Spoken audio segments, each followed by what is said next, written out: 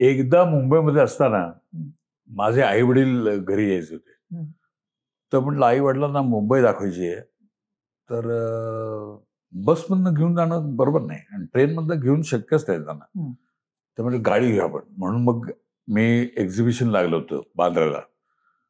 तिथे 50,000ची गाडी घेतली. तर ॲडव्हान्स 50,000 मिळाला होता मला. तो इथे मी दिला आणि गाडी घेतली. 7 वेळा बंद पडली गाडी चेंबूरला जायचोवर. आणि नंतर म्हणलं की आता ह्याच गाडी 25,000 रुपये खर्च केला नंतर गाडीवर. 75 गाडी पडली आणि शेवटी ती गाडी फिरवली मी आईवडिलांना. फियाट घेतली.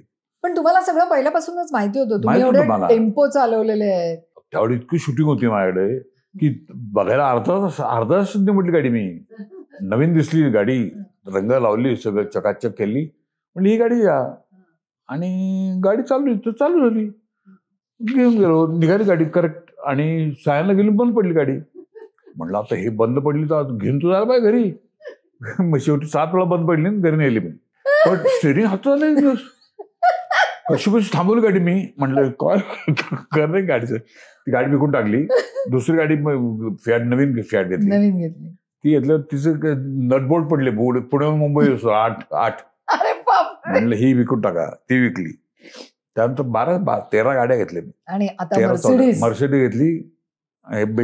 पण म्हणजे एकही कर्ज घेतलं नाही, कुठलं कर्ज घेतलं नाही, कोणाकडनंच नाही. आणि मर्सिडीज घेतली.